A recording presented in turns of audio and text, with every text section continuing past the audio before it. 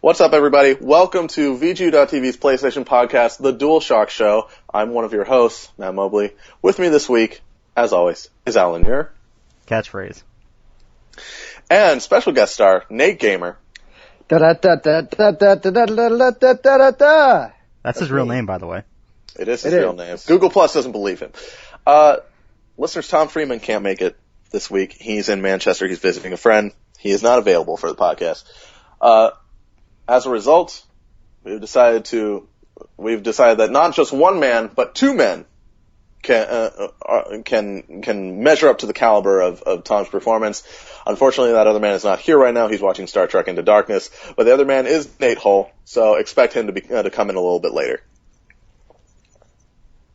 Anyhow, before we start the show proper with What Have You Been Playing, I wanted to remind you, listeners, about our Kickstarter campaign for the Utopia Gaming Magazine. Alan, we let them know what this is and where they can find it and all that. Okay, this is a digital gaming magazine focused on reviews, journalism, and unique content. We don't do news.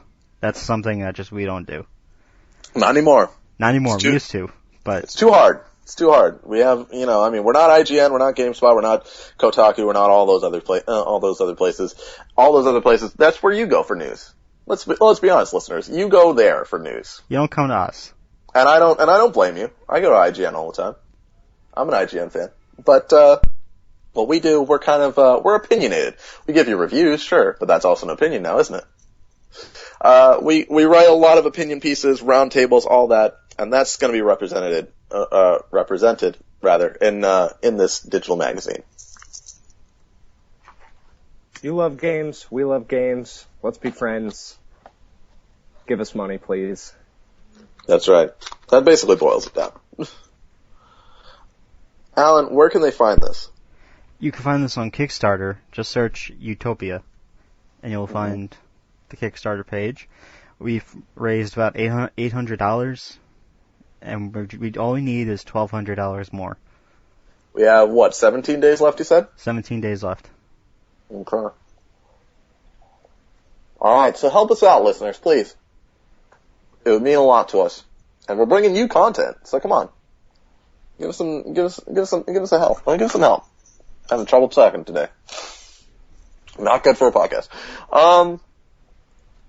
Okay, so, we're gonna start the show like we do every week. With what have you been playing? Nate! You are our special guest. Tell me, what have you been playing this week? What have I been playing? Mm-hmm. Me? Okay. I've been playing, I finished Guacamelee. That was great.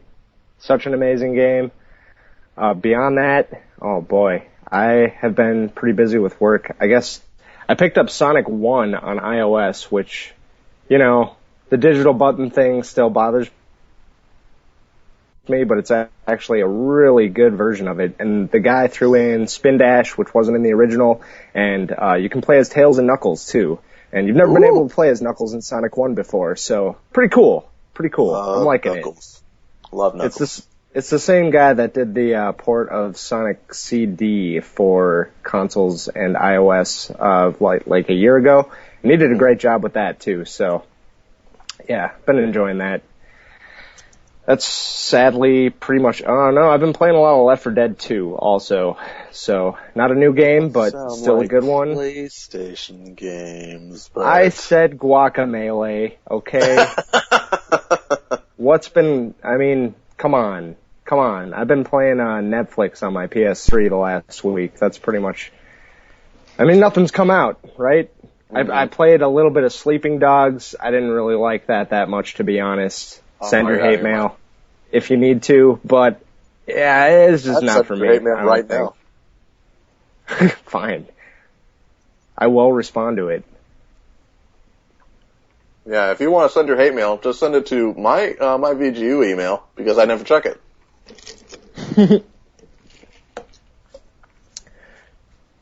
That's just all? Tweet it to him. Madman07. Right? Yeah, that's right. Yeah, that'll work.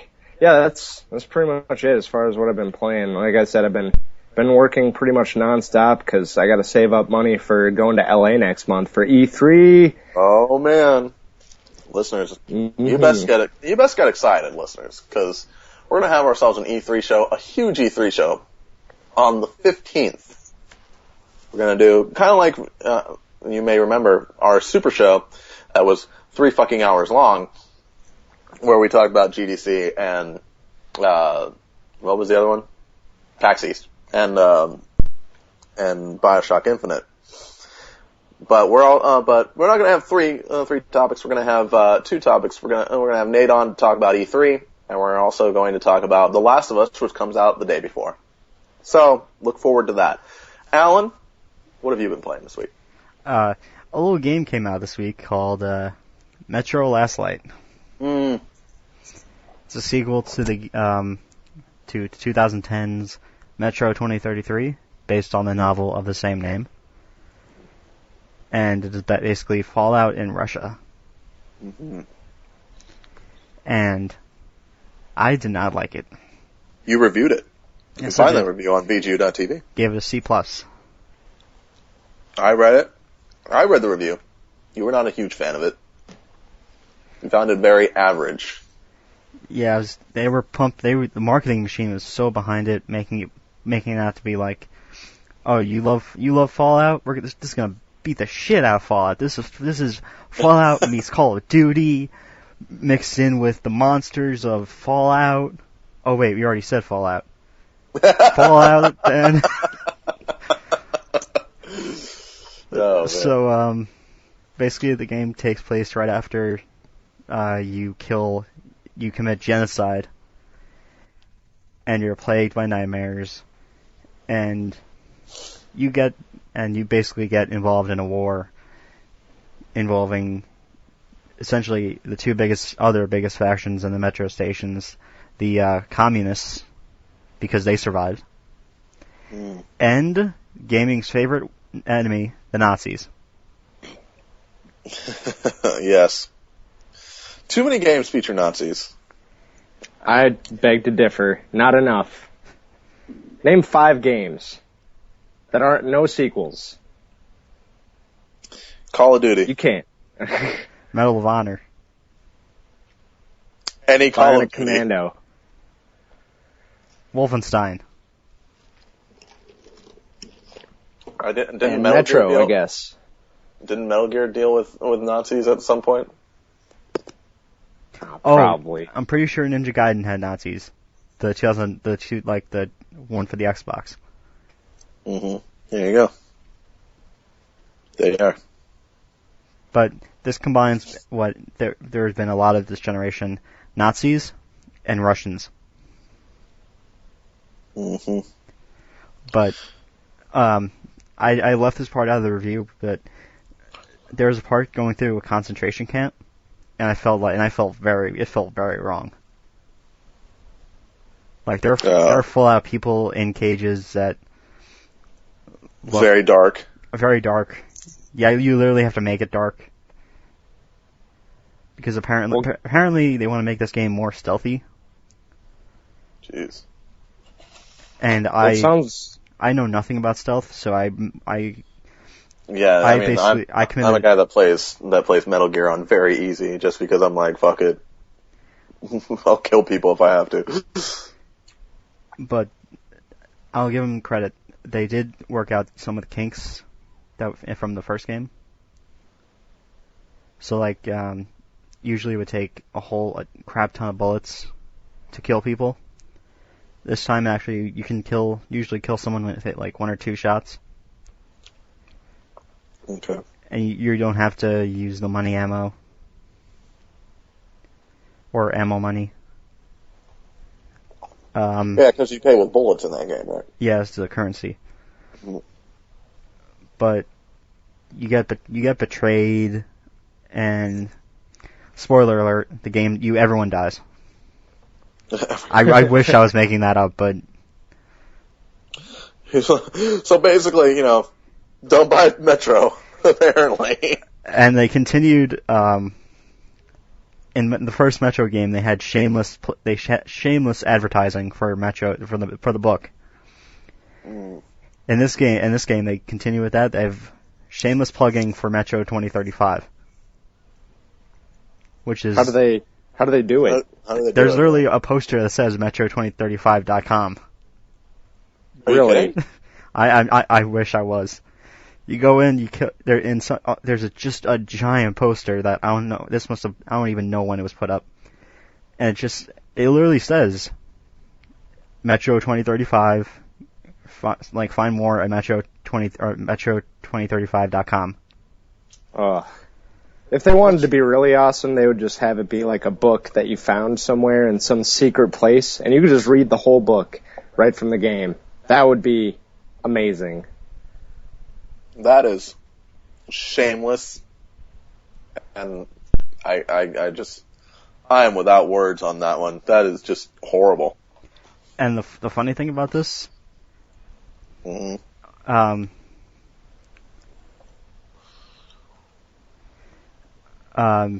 This is like the third, obviously, in the series. Metro 2033, 2034, 2035. Mm. And also there are multiple books flying around in the game that have Metro 2035. Mm-hmm. But Metro 2035 is, continues the story of Artyom when in Last Light, that shit. So like they basically just went in two completely different directions. Mm.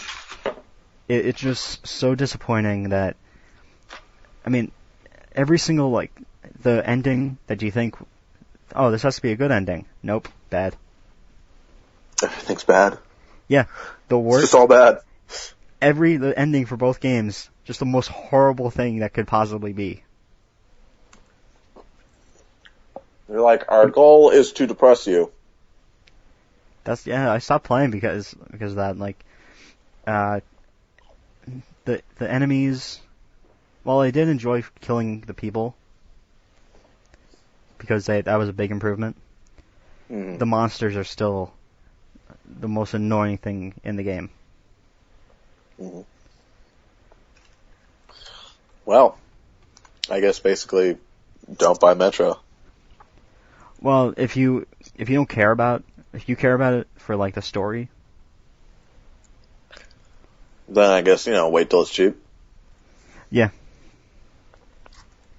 But don't spend your hard-earned $60 on it. That's just a waste. I kind of regret buying it. But upside, I'm sure I can probably get some meager money from GameStop.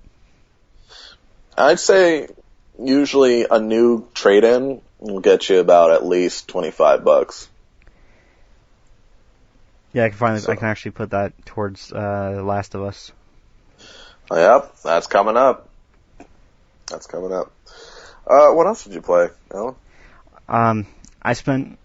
When I wasn't playing Metro, I was playing, I know we're not supposed to do this, but I'm making an exception because it's the only PC game I play. Mm. Dragon Age Origins. Mm-hmm. Which is such a good game. Which is also a PlayStation game, just in case. Yeah, it is. Put in about 50 hours over the course of this week. I have a friend that really, really likes Dragon Age Origins. To the point, she doesn't care about trophies, but she's like, I might inadvertently platinum Dragon Age Origins. Without trying. Because she loves it so much, she spends so much time playing it. And it's got me to the point where I'm tempted to buy a bunch of comics based on it. Mm-hmm. I want to get, the books based on it. It's just, I don't know why. I don't know why this is happening to me. You just love it very, very much. Yeah. And that's all I've been playing. Alright, well, let's see. Pulling up my list real quick. I had a pretty busy week, actually, for games.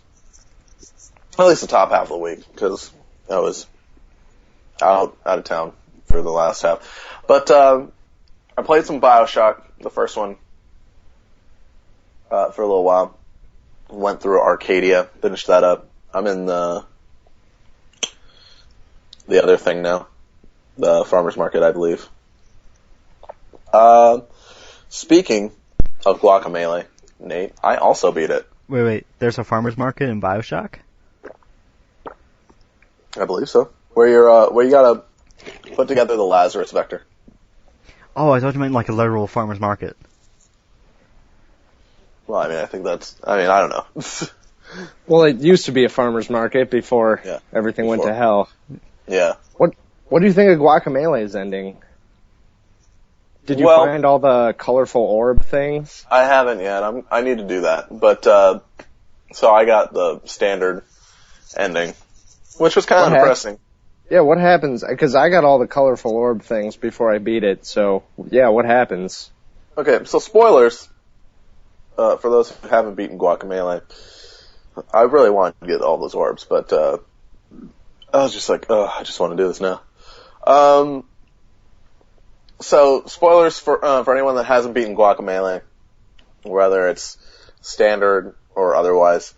When you don't collect all the orbs, Kalaka, I believe that's how you pronounce it, Kalaka, the undead final boss, has, the love of your life, kind of strapped up and strung up so as a sacrifice.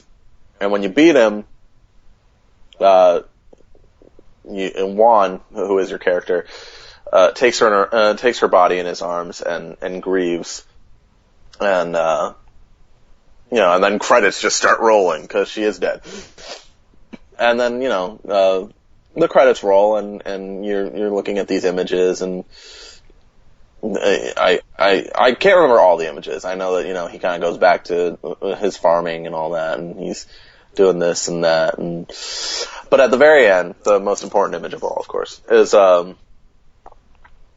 when he becomes a skeleton, when he becomes undead, he meets her once more in the undead world, and they embrace, and his luchador mask is on the ground, and the credits end and fades to black. So it's not. Yeah, that's pretty different. It's a depressing ending, but it kind of ends. By the end of the credits, you're like, well, I mean, that could have been worse.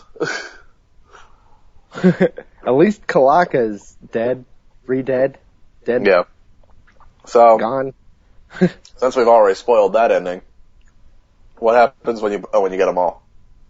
Oh, she lives. She lives. That's the difference. Yeah, she lives, and the credits rolling are all like these nice little pictures of you and that girl just enjoying the sunshine, the beautiful Mexican sunshine. I don't know. It doesn't really matter, but you should go get those orbs because the challenges to get them are freaking awesome. They're like I have easily two. The best sections of the game. I have two. I got the one. Well, no, I have three now because I got the one at the end. But I got one underneath my house, and I got the one at the top of the tree, which was a pain in the ass. You still haven't done the Casa de Pollo gauntlet match thing? No, where you just have to fight like a gajillion battles in a row. It's really great. I'm not done yet with that just yet. I've done two of the descents. I haven't finished the third one. It gets pretty hard. It gets very hard. Are you playing on normal? Yeah, I'm playing on normal right now. Yeah. I do need to play it on hard though, so I can, I can platinum this game. And I want to, so. Anyway. I played a little Sonic 4, Episode 2. Still haven't, oh no, wait, I think I have. Wait, no I haven't. I haven't gotten any more trophies. God damn it. I played some, Metal Gear Solid Peace Walker HD Edition. Made a little bit of progress, which is good. I waited for a while and managed to get a person to come into my game and help me with the helicopter battle, and then I I went to do the next mission and died and was like, see, no, I just want people to help me, goddammit. So, we'll play that. I told you, I'll get that game. Yes. When I've got money next week. It's gonna be good. It's definitely designed to be a multiplayer game. You know, I can't believe you're trying to trudge through it single player, because it's just not the right way to play it. Sorry to say. Yeah, hopefully. Yeah, you get the game and we'll play it, because I put out a tweet earlier in the week as well. Listeners, if you have Metal Gear Solid Peace Walker HD and you want to play with me and help me, because you know, I got about as far as the helicopter before I was like, oh my god, this is such a chore, because I was doing it single player. You know, help me out. Batman 310 on PSN. Play with me. We'll all play together. And finally, I've been getting back into the Red Dead Redemption. Really enjoying that. Trying to finally get through it, because like I started a long time ago. Like, I mean, I've beaten the game before, of course, but but that's a really hard game to play a second time, because you're much more aware the second time how slow it is. What with, you know, all the farm missions at the beginning and then everything in Act 2 while you're in Mexico. You're just like, man, this is really slow. But try and get back to it. And doing good. I love it. I love it so much. It's such a great game. My girlfriend still has yet to beat it. Still has yet to really play it, honestly, because that was one of the first things I checked when I met her. Like, I checked her trophies, and I checked. I was like, oh, she played Red Dead Redemption, and then I checked, and she had one trophy, and it was completed Exodus in America, which is the first mission, which is basically just watch a scene and ride a horse, and then watch another scene. So I was like, oh, come on now. But hopefully she'll get to it. Gotta break up with her. Oh, no. She's been playing a lot of other stuff. She's been playing Mass Effect and Grand Theft Auto 4, actually. I finally got her to play Grand Theft Auto. And I was like, you'll like it. And she goes, yeah, I don't know about all that. Because I had to convince her. I was like, no, you'll like it. She's like, I don't know. She's like, I love it. I was like, I know you love it. Because I'm always talking about it. And I was like, you just gotta try it. Just try it. Just play it. And she goes, fine. And she put down her money. She bought Grand Theft Auto 4. And she put it in, and, you know, we're texting back and forth. She goes, I'm really bad at this. Like, that was, like, for the first few days, like, I'm really bad at this. I keep crashing into streetlights. Like, I'm bad at the melee. And I'm, like, admitting to her, I'm like, oh yeah, like, the melee's not the best mechanics, the driving is not the tightest. You have to, drive like you're actually driving a car. You can't just mash down on the trigger, all that, you know. But by, like, the end of the week, she was like, I was like, what are you doing? I'm playing Grand Theft Auto. I was like, you having fun? I was like, maybe. So, not even willing to admit. So, you know, she's enjoying it. She won't admit it, but she's enjoying it. And, God, I just checked my friends list. She left her PlayStation on again. She's got, like, the old, like, first iteration of the PlayStation 3. And she always leaves it on. I'm like, don't leave it on. That PlayStation is old. It's just gonna short out and, like, die on you at some point. Anyhow, that's all I've been playing right now, which means that it's time to talk about what you're going to be playing, listeners, with the PS Plus deals. Let's talk about what's in the store. Alan? Yep. Tom is not here, which means that you're going to be covering both ends of the store. Ooh, I can shit on England. Oh, as if we don't do that enough while he's here. Why don't you start with the US store? What do we get? Okay, we got Knit. Still don't know. That was like on sale for like 3 months ago, and I still don't know what it is. Neither do I, but it's free. It's like a platforming game where you run around as like a little kid that looks like he was made in, I don't know, Flash or something. But he can turn into a ball, and yeah, I don't know. I just watched the video on the store. I downloaded it through PS Plus, but I have not played it yet. Looks kind of cool. Next up, we have the game that I talked in length about, how much I hated, Metro Last Light. PlayStation Plus members can get it for about $48, which is an okay deal for something that is very inadequate. Also, PS Plus members can get a discount on a Grid 2 pre-order. They can get it for about $54. Yeah, awesome. You can pre-order, if you're not a PS Plus member, you can get Grid 2 for $59.99. You can pre-order Resident Evil Revelations for $49.99, which comes out on Tuesday. And I am reviewing it, so look for that review on VGU.TV later this week. Hopefully, it's also finals week, so that could be delayed a little bit. Yeah. But I will try to bring it to you as quickly as I can. But why wait for the game why wait till Tuesday? You can play it now with the demo. Which is what I'm downloading right now! Or you just play it on 3DS, play the whole thing, and just so you know, Target is selling that game for $10 on 3DS. Hey, why you gotta be such a downer? What? Downer? That's a good thing. This is a PlayStation show. You're being a downer on the PlayStation. Oh, I like PlayStation, you know that. Yeah? But I embrace all platforms. Uh-huh. As do, I'm sure, many of our listeners who would probably be happy to know that they can pick that game up for $10 on its original platform. Alright. Well, I watched I mentioned this earlier. When Resident Evil 6 came out, I wanted to catch up on the entire series, and just like I did with 5, and play like the entire series. I didn't have a 3DS, so I didn't have Revelations, so I just watched a Let's Play. It looks very good.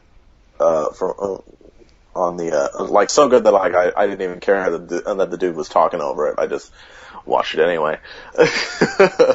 I just watched two best friends play on the demo. And it made me kind of interested in the game.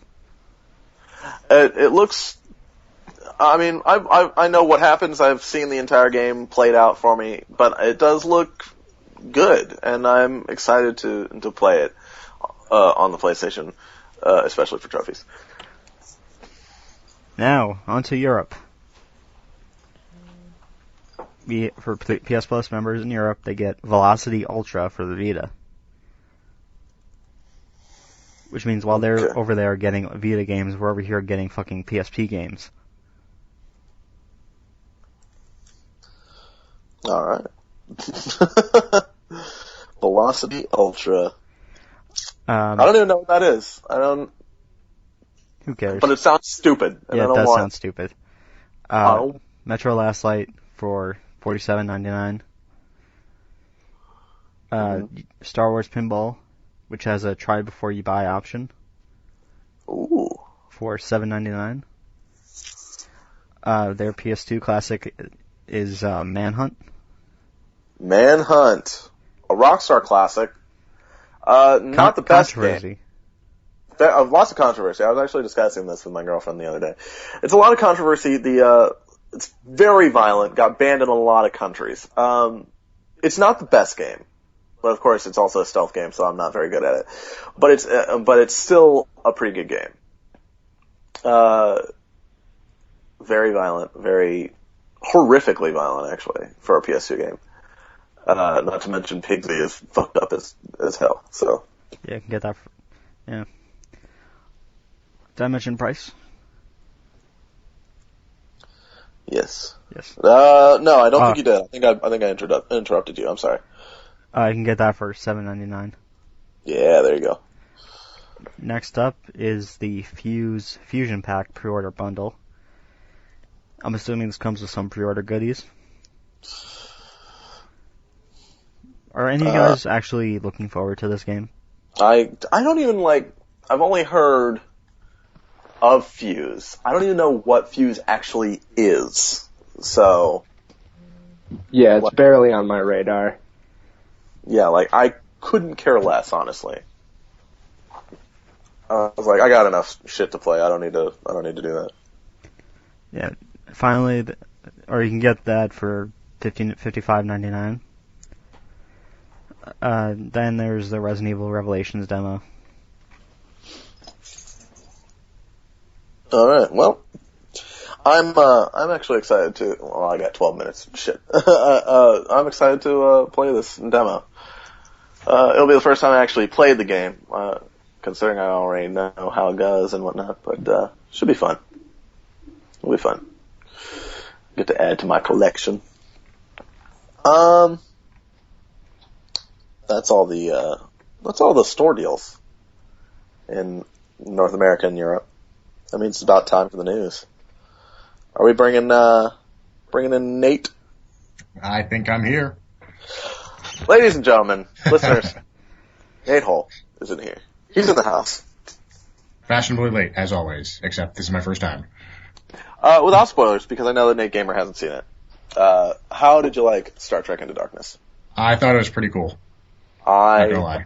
I thought it was great. I watched it the other night. We actually had a double feature. I didn't realize because Netflix does not send you an email, which they really should start doing, for people that have 300 plus items in their queue, and say, hey, you know that thing that's been in your queue for the longest time, but you never actually watch it? We're about to pull that if you want to watch it now. So Star Trek, the first one, was off of Netflix for a month, and I didn't realize it right until about the time that I wanted to watch it before I watched the second one. I was like, ah! And so I had to curse you, Netflix. I had to run to FYE. I had to get the Blu-ray, which I needed anyway, because it's a good movie and it needed to be in my collection. And I got the Blu-ray, and my girlfriend and I we double featured it. We watched the first one, and then we went and we immediately went to the theater and caught the next showing. Say what you want about Netflix. Arrested Development comes back in a week. Yes. Oh my god, I cannot. Arrested Development does come back in about 9 days, I believe. 7 days. 7 days. 7 days. That's right. It is 7 days. My math is off. That's right. It's in 1 week. In 7 days, Arrested Development comes back. VGU.TV's PlayStation podcast. Where we only talk about everything. Where we only talk about everything Sony, which I didn't mention beforehand. It's a very good show. Listeners, if you've never seen it before, it's so good. Go watch it. Watch it this last week before. It's going to add in. So just start watching it. Start watching. Very good show. Got canceled way too early. Glad that it's coming back. Anyway, back to the news. We're going to do the news, the PlayStation news. Alan, why don't you start us off? Well, Take-Two has officially announced the release date for WWE 2K14. Ooh. Yeah. Wow. The game will be released on October 29th and features cover star Dwayne Johnson. This would be exciting to me if I gave a shit about WWE. For all you wrestling fans. I think people who actually like WWE don't give a shit about this. Although I will say this much. The Rock is fucking tight. Alright, I don't give a shit. He's fucking awesome. I don't care about, him being the Tooth Fairy or whatever the fuck. He's cool. We all have our, We all have our bad movies. Fucking Vin Diesel did The Pacifier, so, We can all smell what he's cooking. We can all smell what he's cooking. And I'm actually really excited for Fast and Furious 6. Apparently he's the one good thing about that Pain and Gain movie with Mark Oh Wahlberg. my god, I wanted to see that actually, really bad. Yeah, no, I want to see it too. And then I had a friend who saw it and she was just like, oh yeah, it sucks. Well, it's a Michael Bay movie. Yeah, The Rock's character is kind of cool, but the movie's just awful. And I'll still probably see it, but yeah. I still see it just because it looks so ridiculous and so funny. But I'm actually really excited for Fast and the Furious 6. Oh man. Which is ridiculous because I've never I mean, I've never been like, I used to be that kind of guy, like, oh, these guys gotta just stop. And then the sixth trailer came out, and I was like, this actually looks kind of tight. I gotta see this. Just bow your head and shame. Yeah, this looks pretty cool. It's kind of hard not to when they're just shoving trailers down your throat every single time you watch a video on YouTube. Yeah. Well, I mean, there's also the first 3 or 4, it was just like, oh, street racing, man, we're legal street racers, and oh yeah, that's cool. Drift, bro, drift! It's called drifting. So, single-handedly responsible for over 200 traffic accidents. And Drift, probably the biggest proponent of the Need for Speed franchise. But, yeah, and so, that was the big thing about, the first, I guess, 4 movies. And then, I think it was 5 that kind of changed the formula. It was like, so, this whole drifting and street racing packet, that's not really working out for us. People don't like that. We should just make this a full-on action movie. So now it's like, oh, guys, they got a tank. Oh, man, we're driving through jet engines. Oh, man, this is some crazy shit. Love the part in the most recent movie, the fight scene between The Rock and Vin Diesel is basically just them, throwing each other through, concrete walls. And I was like, yeah, this movie's pretty sweet. You're like, this is believable. This could totally happen. I can believe this. Anyway, let's move on with the news real quick. Wait, before we do, have any of you ever noticed how The Rock's head looks exactly like those Maui statues?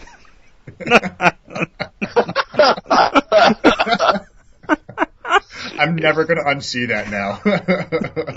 Good, because it's been bothering me for a long time. And I've just been keeping it in, because... It's I don't know if anybody agrees with me, but one day I'm going to have my moment to just share this with the world, and they can understand. Next up, There you go. you guys remember how Patrice Desilliers got fired? For a second or third time from Ubisoft? Well, yeah, of course. He was working on this game called 1666. Well... Not anymore. Yeah, it's been pushed.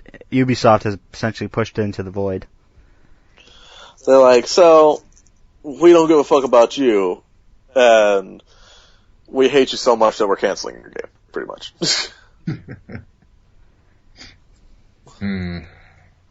That's too bad. Ubisoft. Based off, Ubisoft. and because of last week, I'm not going to say anything bad about the French. Because I think we've kind of trashed them enough on this show. Yeah. That's a good idea. Oh, where are we? Oh, jeez. Alright, go ahead. I have nothing more. That's a shame, honestly. 1666 was cool. I actually hadn't heard of it. I didn't know what it was, so. Sony has announced that Gran Turismo 6 is in fact a reality. And, and it's coming for the PS3 and possibly the PlayStation 4. Only possibly. Possibly. Gran Turismo 6 is set for a holiday 2013 release. This is exciting. Alright. It's been, 4, 5, 6 years since the last Gran Turismo? And it's going to be another 4 or 5 or 6 before the next one.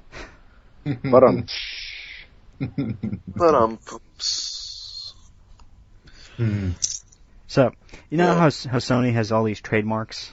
All these different slogans? They've got a new one. This one is called Greatness Awaits. Oh, really? Sony that might be our does new what opening. Nintendo don't. Is that it?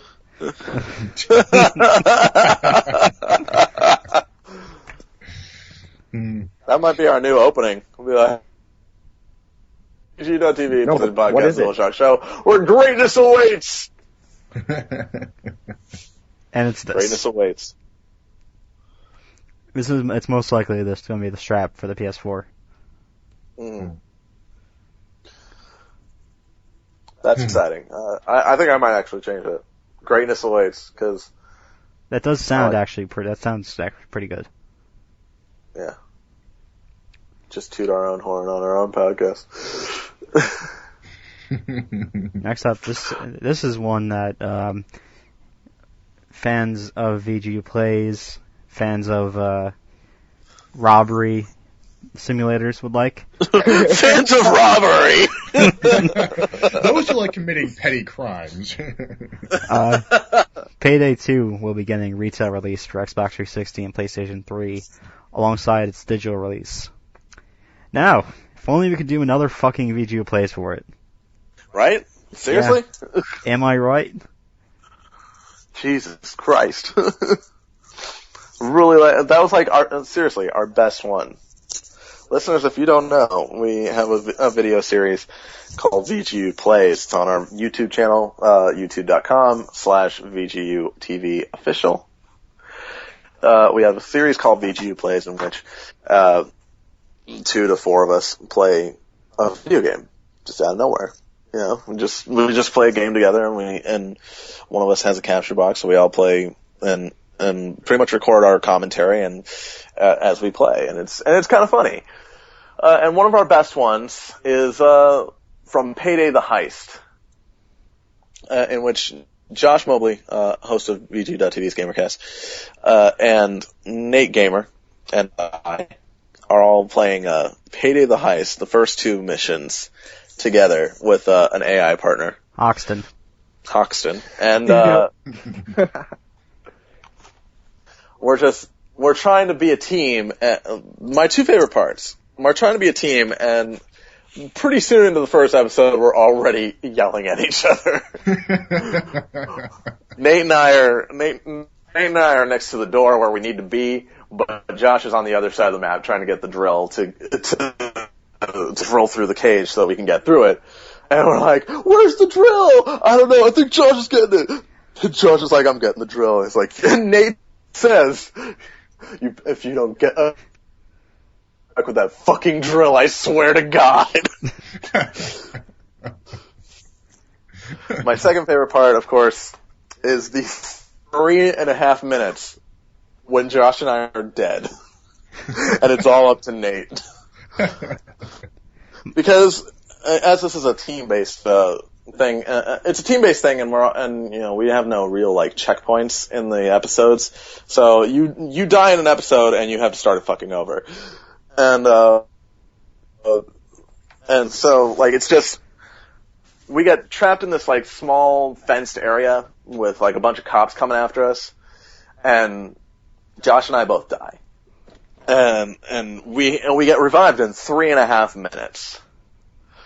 And it's just Nate and Hoxton, the AI partner.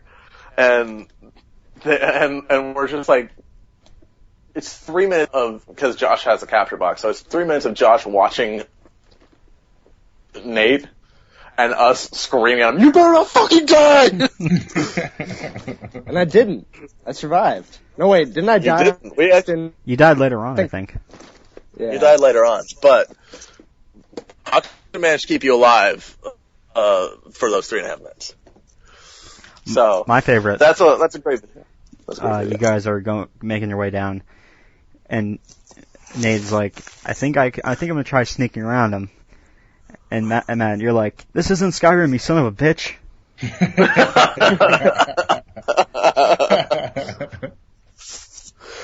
Yeah, so hopefully, Alan, you mentioned that you have a capture box. Yes, I do. Which means, fuck Josh.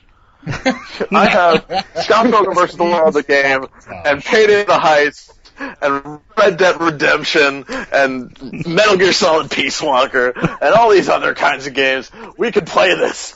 Yeah. We will get Payday 2, and we will play this shit. Fuck Josh, we don't need him. Yeah, let's call it DualShock Show Plays.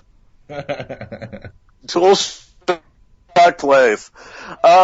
Also, so Alan,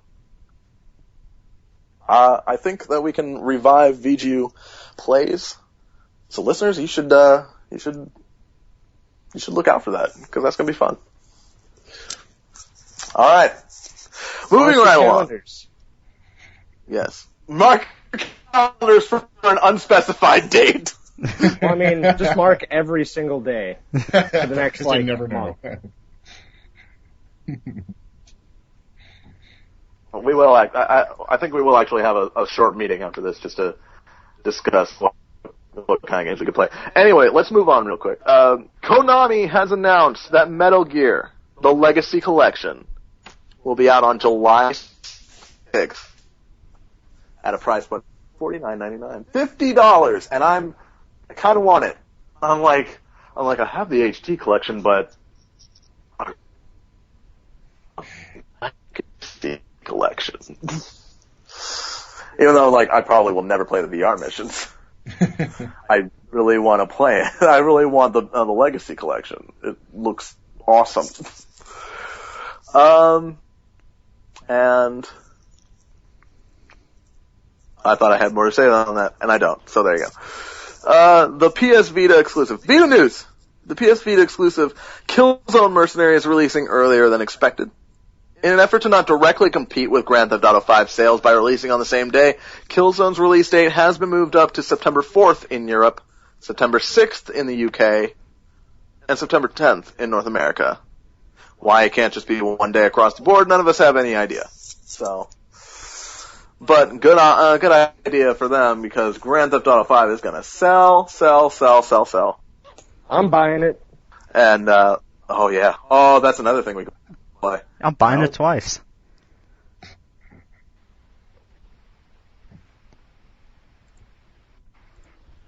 Alan? Yeah. We're gonna have Grand Theft Auto 5 VG Plays. That's gonna be exciting. Because you can have crews in that game. Yeah. I have ourselves a fucking dual-shot crew. Oh my god, this is gonna be so good. You have no idea how excited I am at this point now. You were so excited you had to whisper. Well, I am very, very excited. While Killzone is releasing earlier, Sony revealed that after a mysterious 6-month delay, Ratchet & Clank Full Frontal Assault is finally releasing on Vita in North America on May 21st and May 22nd in Europe, where it is known as Q-Force. From what I understand, Full Frontal Assault was just okay, so unless you're a huge Ratchet & Clank fan, our resident Ratchet & Clank expert, Tom, is not here, so he can't weigh in, but I'm sure, based on his attitude last week, that he probably hates it, so. Tom's rage. And finally, and this will also be our topic of the week, we won't be able to extrapolate too much on it because I'm sure we're all in agreement that this is a good thing. EA has decided to get rid of online passes. Yay! Thank God. John Reisberg has said that, quote, none of our new EA titles will include that feature, end quote. He admits that online passes doesn't seem to be working, which is currently in the running for understatement of the year. He adds, quote, initially launched as an effort to package a full menu of online content and services, many players didn't respond to the format. We've listened to the feedback, for a change, and decided to do away with it moving forward, end quote. Perhaps Sony and Ubisoft will follow suit, and gamers will not have to worry about online passes ever again. But this is our topic of the week, listeners and gentlemen. EA gets rid of online passes. I'm sure we're all in agreement that this is good news. Oh yeah. Very good news. Now, I'm very much in the camp that, when they did it, it was like, okay, I understand, I get it, they don't really see any money when we buy a used EA game.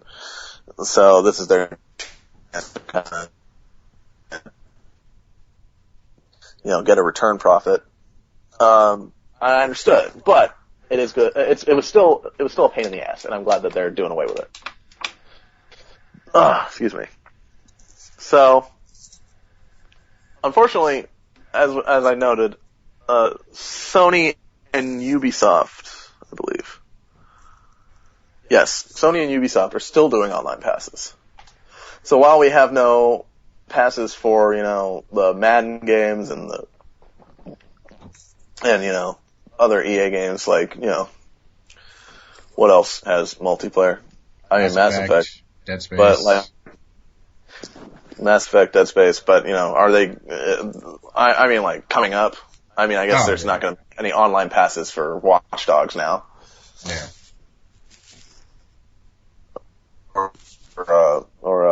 Assassin's Creed. So that's good. That's good.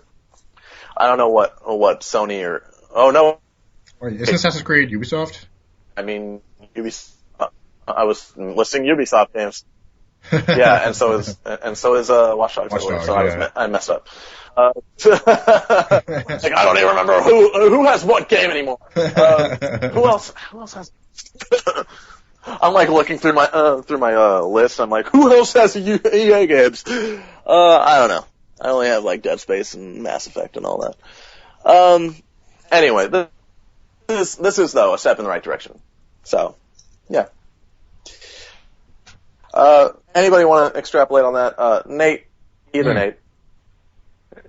Good. Which one? How do you feel about it?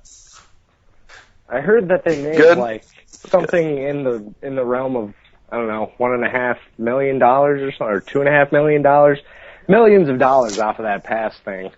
So I'm surprised that they're doing away with it. Yeah, I mean, they could have just as easily been like, no, this fucking makes us money. Like, we're not doing away with this at all. So good on them. Good on them. Maybe they won't be voted worst company in America next year. Well, it's ridiculous. I believe I shared this on a podcast a few weeks ago.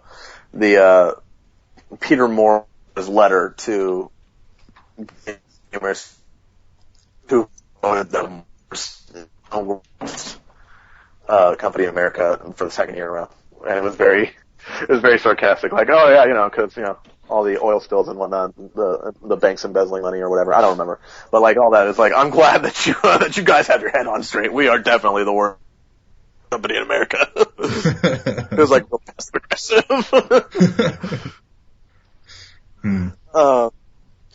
Nate Hall.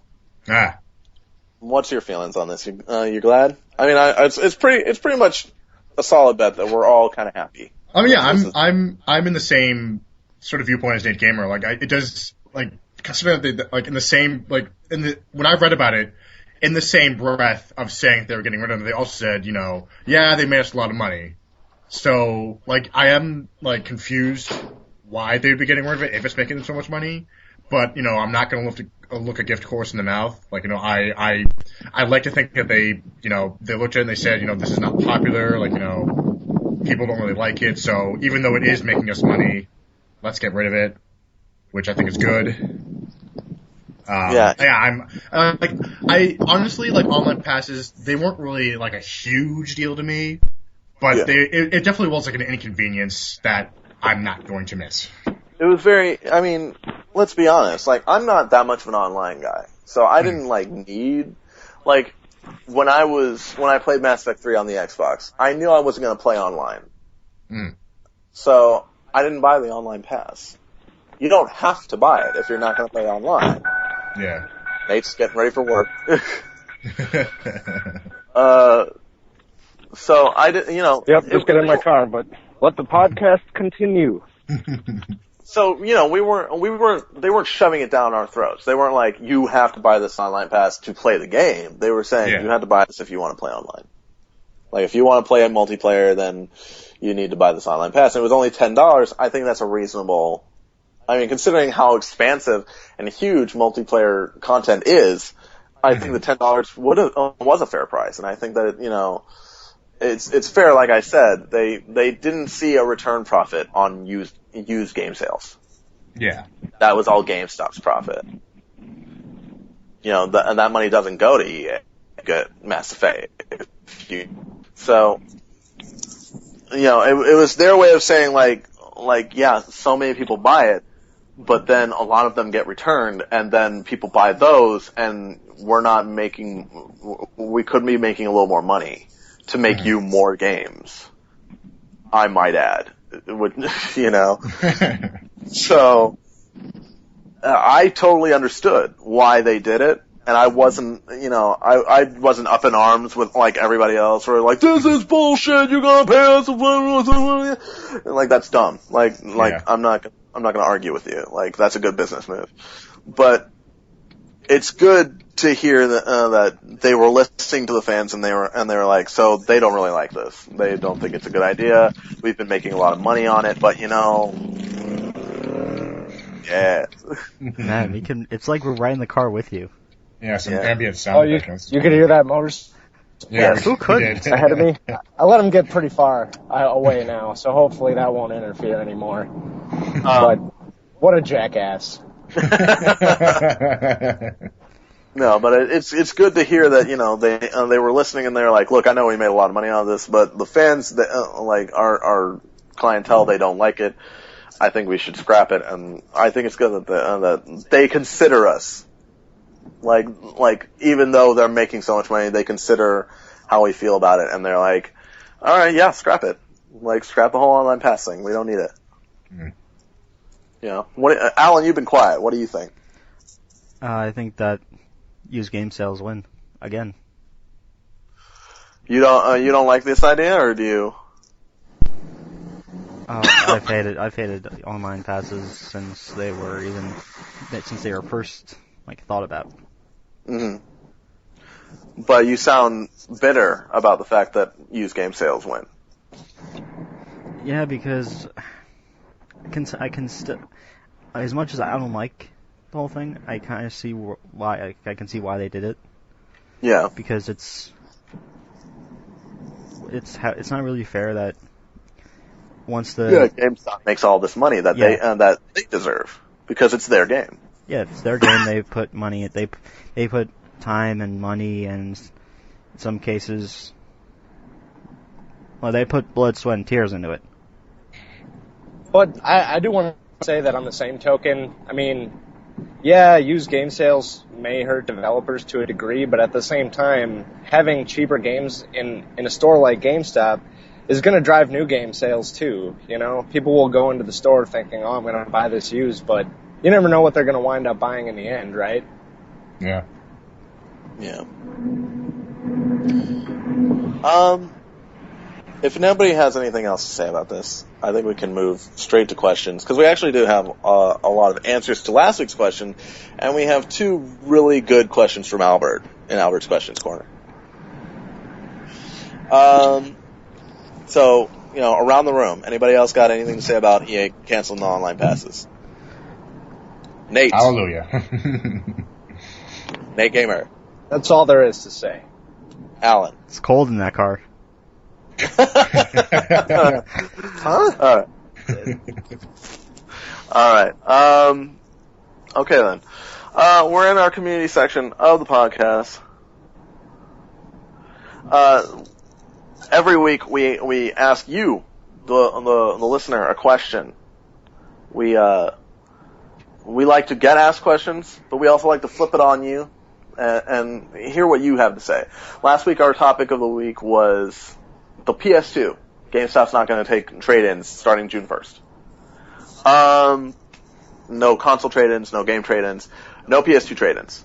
So, we wanted to ask you guys, what is your favorite PS2 related memory? Nate Gamer, you were not here. Why don't you share us yours real quick? Well, this might be a little embarrassing to admit on a PlayStation podcast, but I was never an owner of a PS2.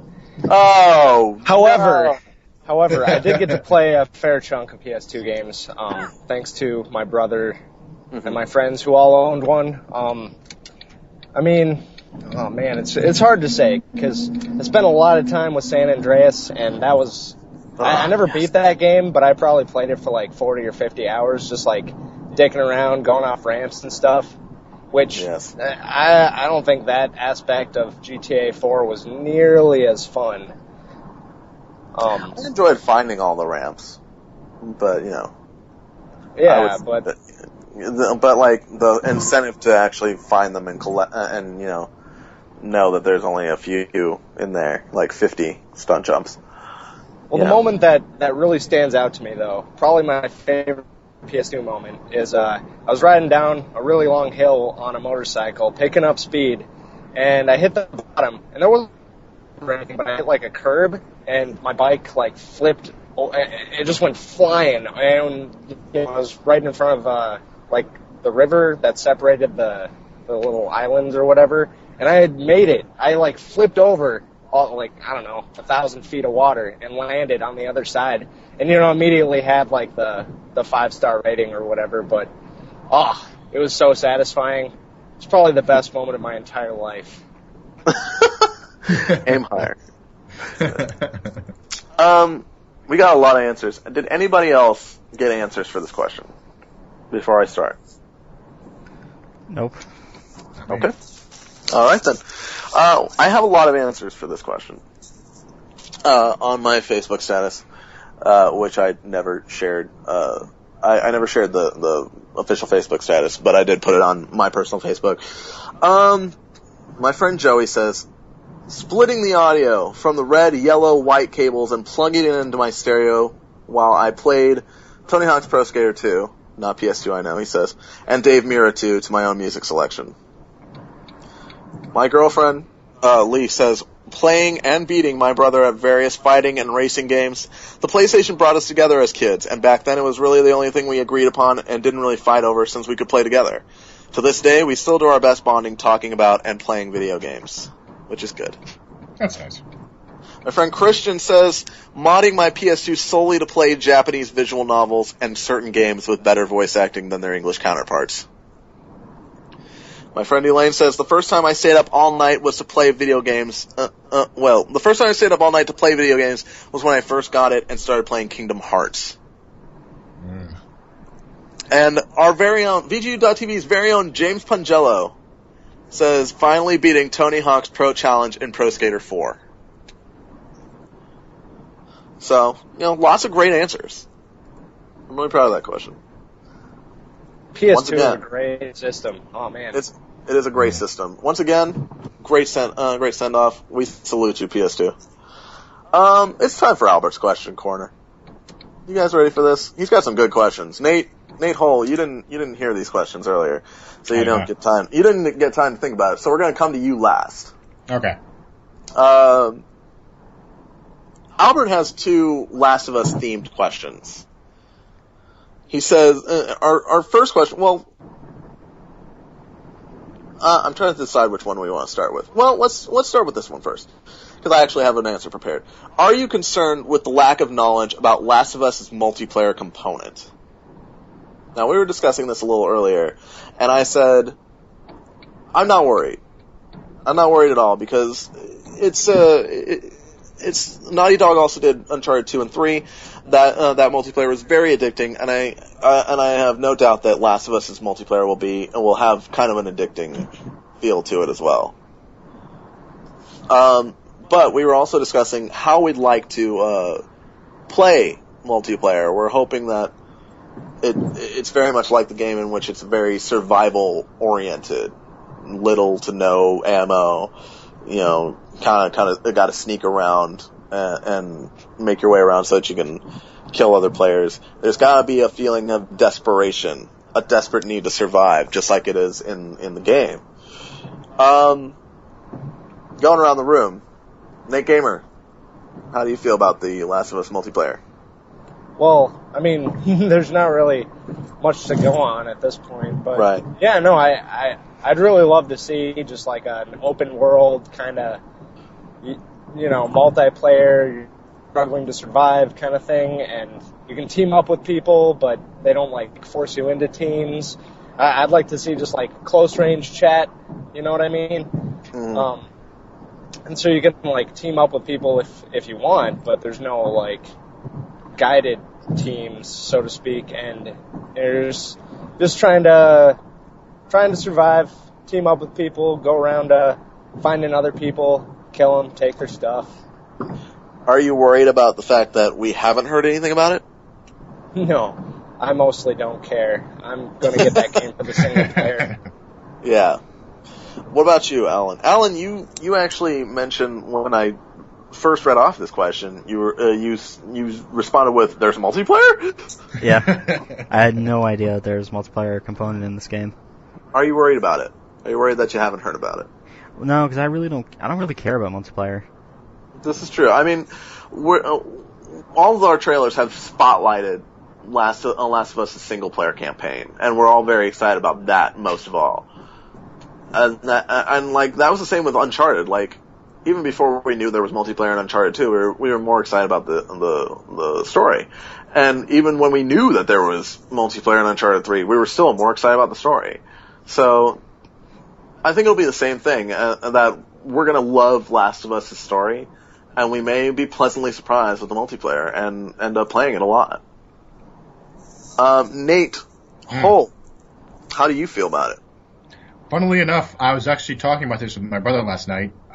He's very much looking forward to Last of Us. And we were having dinner and he mentions to me, so Last of Us has multiplayer. And I remember I already kind of knew, but they had done such a good job of just not talking about that I'd forgotten. Yeah, they just kind of mentioned it and they were like, oh, by the way, it has multiplayer. And then they're like, but, look at they didn't say anything else about it. Yeah. I personally, I agree with Nate Gamer. I think it'd be cool if there's sort of kind of like a Red Dead Redemption's multiplayer.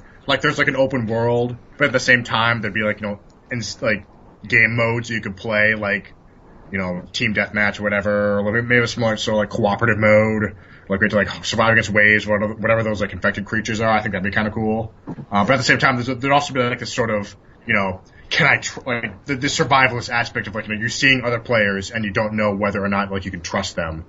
I think that'd be really neat as well. Speaking of that, actually, there was something I wanted to share. An idea. Kane Lynch 2, not a very good game. Neat mechanic. The whole, the game kind of looks like a grainy video.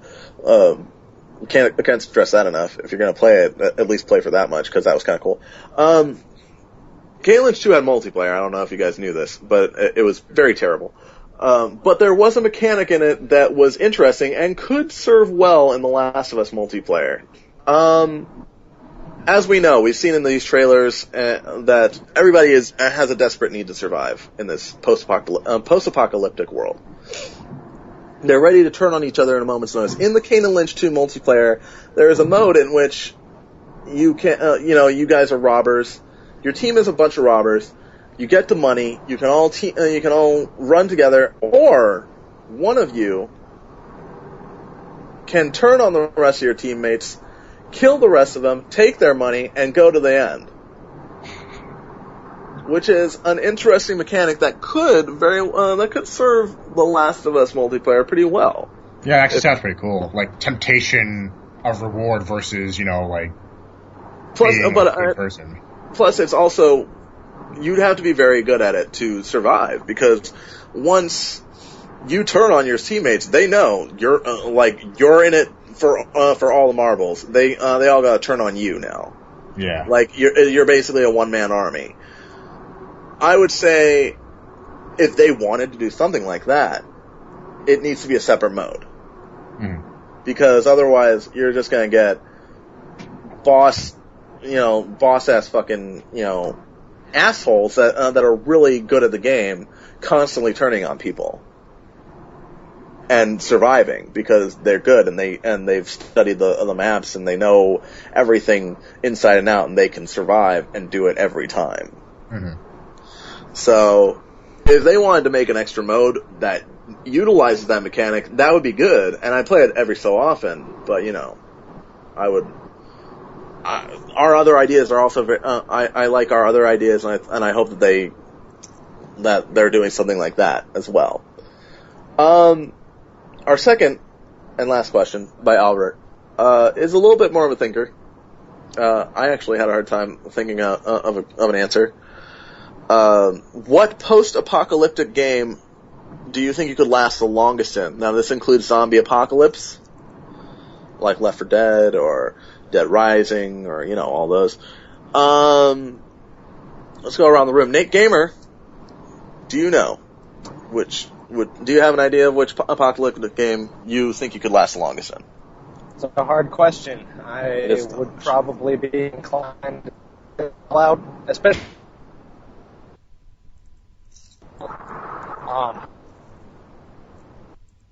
Maybe Zombies Ate My Neighbors. Seems like things are pretty okay as far as finding food and stuff in that game.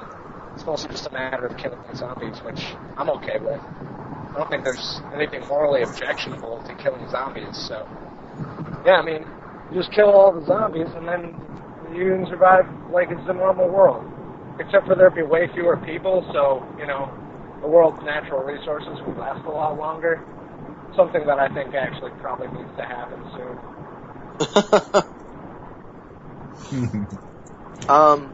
Nate Hull, do you have an idea? Should we come back to you? I know that you didn't have a chance to prepare your answer. Yeah, why don't you come back to me? All right, Alan. Yes. What do you think? Mine is split in two.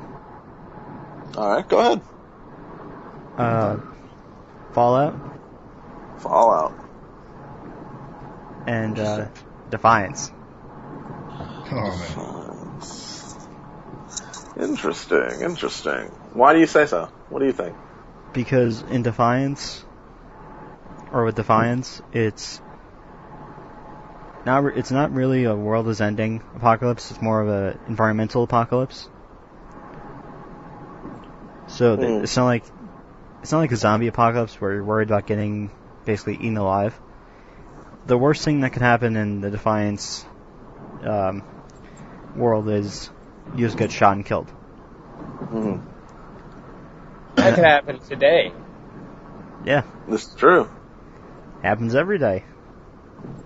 For mine, I'd say it's very close to... I don't know if Resident Evil counts, because it's not exactly an apocalypse, it's more of just a chemical accident, really. Well, in the movies it's an apocalypse, but not in the games. It's an apocalypse, but in the games, it's more It's just more like an epidemic. It's an epidemic, it's more contained to a citywide kind of thing. But if it did count, I'd be able to, like, I could live through the entirety of the first game, probably. Up until a point where I have to mix the V-Jolt, and then I'm like, I have no idea what I'm doing. Well, that's it. Like, I can make it through pretty much all of that game without any help up until the V-Jolt recipe, and then I'm just like, what the fuck is going on? I have no idea what I'm doing. But, I mean, either that, maybe The Walking Dead, though that, I don't know how well I'd be at that as well. Or perhaps, Red Dead Redemption's Undead Nightmare. That might be good. Does that really count as an apocalypse? I mean, kinda. Which I really want to play. We should actually play that at some point. I mean, the Four Horsemen, Four Horsemen's horses are in it. Yeah. Nate I Hull. have an answer. Yeah, I have an answer now. You have an answer. I'd say probably Dead Rising, because the idea of, like, fighting tons of zombies and then, like, you know, just, like, using whatever the hell I can find to fight them, jump kicking them in the face, flailing my arms around in a windmill motion, and then if one of them happened to bite me, I could just cure myself by drinking some milk or eating some bread. Like the easiest zombie apocalypse to overcome. And like all I really have to do is just like fight them and take pictures of them. I mean, that sounds pretty sweet. Fair enough. Yeah, okay. But you'd also have to deal with those zombie right groups. Oh yeah, and like having to escort all those people. Oh, blow. Well, small price to pay. Okay. That was, oh, you know what we never talked about is this week's question of the week. We just went straight on to community questions. Let's discuss this question of the week real quick. Nate. Mm-hmm. You mentioned earlier that you have discussed with our very own James Pangello a lot of roundtable ideas. So what I'm going to do is lay the responsibility down on you. Why don't you pick your favorite roundtable discussion topic and ask it of our audience? Well, it's going to be difficult because I don't have it in front of me since I'm driving. Let's see. I really like talking to James about what do you think it would take for pro gaming to be taken as seriously as like professional sports? by the general public. All right. What do you think it would take to make pro gaming for the public to take pro gaming seriously? As seriously as professional sports. What do you think, Nate? This is your question, so what do you think would be I think cheerleaders is what it needs. More than anything. You know, all these professional sports have cheerleaders, and that's just something that's not really a part of pro gaming. I don't see why not. I mean, fair answer, I suppose. That's a tough question. Nate Hull, do you have an answer? I think. Well, I yeah. mean, I think this is really a more not an answer, but really an ideas kind of question. Definitely. Nate I Hull, think do you have an idea? It would help probably if they started like broadcasting, like gaming tournaments and all these big conventions and stuff, like through mediums other than like online streaming. So like, you think about professional sports and they're like showcased in like bars and all these public areas where people can kind of go out and gather and like get a beer and just like watch the game. Like if they had, and I know some places do that. I know that there are certain like public places that will like broadcast like StarCraft tournaments or whatever. But I think if that trend sort of picked up and people were just able to kind of go out and hang out with their friends and be able to watch their favorite video game championship or whatever, I think that would definitely help to bring it more into the public spotlight. Mm-hmm. Alan, do you have an idea? Yeah, so this one is very simple. Legitimate backing. That's a good answer. There you go. I mean, if you have, say, like right now, all the esports backers are mainly internet related. Mm-hmm. Like I remember back in I think 06, 07, MLG had a like early morning slot on USA. Mm. So if there was someone who it could even be like at 10 o'clock at night or even 11. If it's just pro gaming on like cable TV, it'd be getting to a broader audience, and you'd have people who actually either wouldn't care, or people who actually think, hey, this is actually really, really interesting. I want to do something like this. Very good. My answer, I agree with all of you. My answer is pretty much televised. Yeah. And that's what they do with sports. Why not throw it on? I mean, G4 is kind of lacking in the whole gaming thing now. G4 doesn't exist anymore. Yeah, G4 doesn't really. G4 is now Esquire. Yeah, you need a new G4 kind of channel. I haven't paid enough attention to G4 to even notice that it doesn't exist anymore. But it's been gone for like 3 years. I thought this was more recent than that. Oh no, they've lost it in the past 3 years ago. They pretty much lost it in terms of gaming. They've been around. They've been lingering. They've been lingering, but like G4 is no longer G4. They need a new kind of G4 channel, and just do that. I mean, and all kinds of games. Don't just like limit it to fighting games or sports games or all kinds of games. They actually used to have something like that. It was Gameplay HD, which was basically it was basically showing gameplay of different games in HD. It had some original content, like a documentary about Forza. Mm-hmm. And it'd show gameplay of games you either didn't play or didn't pay attention to, like Mark Echo's Getting Up. Mm-hmm.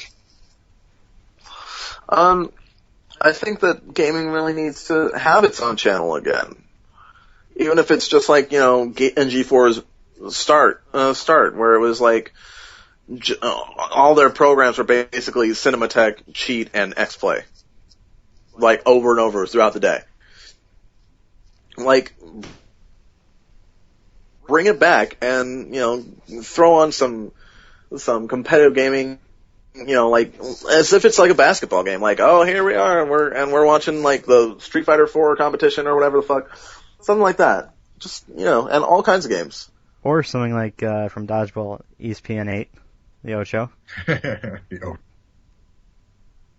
Or what you could do is something like our channel. I'd like to see him... if I'd love to see a channel where like people are having a show like this, like a podcast being recorded live, or VGU plays type shows. That would be enjoyable. I think that'd be fun, and I think that would help make pro gaming more seriously. It would help open the door for watching pro gaming on television. If we had more gaming content on television in general. So that's my idea. Anyhow, guys, I think that's about going to wrap us up for this week. So listeners, thank you very much for listening to VGU.TV's PlayStation podcast, The DualShock Show. Rate and subscribe to our iTunes under DualShock Show. Please give us 5 stars. Or, 4 stars. Or 3 stars. Just don't give us 1 or 2, because at least 3 stars is okay, so, it's still kind of positive. Maybe leave us a review. We love reading what you feel, how you feel about us. We want to know if you're like, oh, that Nate guy, he was kind of funny. But, Alan, I don't know. I don't know about that Alan guy. I kind of like Metro. Please visit our website, VGU.TV, and find us on Facebook or tweet at us at VGU.TV. Also, I mentioned this earlier, we got a YouTube channel, and we're gonna start putting more videos up on there, thanks to Alan, because he's got a capture box. VGU.TV official is our YouTube channel. You can find this podcast in video format there as well. If you're too lazy to go onto iTunes, I guess. DualShock also has a Facebook and a Twitter. You can find us on DualShock Show for both. That's all one word, DualShock Show. Or if you want to tweet at us individually, Nate Hole is at Nate Hole. That's NateHohl. Nate Gamer is at NGamer. That is spelled exactly how it sounds. NGAMER. Alan is at the Alan Muir. TheAllallan. My mistake. Let me start over. TheAllallanMuir. I am at Mattman07. That's with 2 T's, in case you were wondering. And Tom, though he's not here, give him a quick shout out. Tell him that you missed him. He is at Gaming Hobbyist. This is also a PlayStation show, so if you want to play on the PSN with us, Nate H is Opposed Crow. That's with a D. I don't know if I made that clear enough. Opposed Crow. All one word. Nate G is X Wonko. XWONKO. Alan is that Jew boy. He's Jewish. It's not racist. ThatJewBoi. Not with a Y.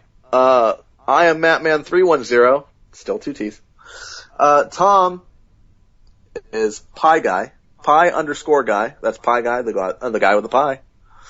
My girlfriend actually was like, you say that every week. And I was like, it's easier than saying that's pie as in the dessert rather than the math equation. So, listeners, thank you again for listening to DualShock. We will see you next time. Never stop playing.